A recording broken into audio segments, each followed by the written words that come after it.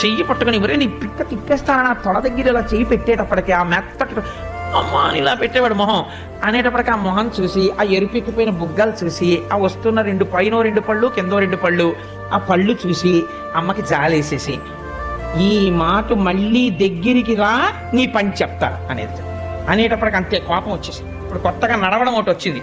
ఎలా ప్రవర్తించేవాడంటేట అమ్మ ఇలా దెబ్బలాడగానే టింగ్ టింగ్ టింగ్ టింగ్ అని గంట మోగుతూ ఫైర్ ఇంజన్ లాగా గంభీరంగా అడుగులు వేసేసుకుంటూ కోపం అనమాట అదంతా. ఇలా చేతులు వెనక్కి పెట్టేసుకుని గబగబా వెళ్ళిపోయి నేను ఆడుకోను, నేను ఎక్కడికి వెళ్ళను, నేను నీ దగ్గరికి రాను, నేను ఇలాగే కూర్చుంటాను అని గొంతు కూర్చుని ఇలా కూర్చునేవాడు.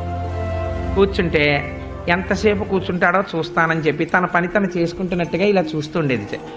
ఇలా కూర్చుని నన్ను పట్టించుకోవట్లేదని కోపం వచ్చేసి అని ఇంకా ఏడి చేయడానికి డొక్కలు ఎగరేసేస్తుండేవట. ఆ బుగ్గలు అదిరిపోతా. అమ్మ చూసి లేక లేక పుట్టినవాడు చూడు ఎంత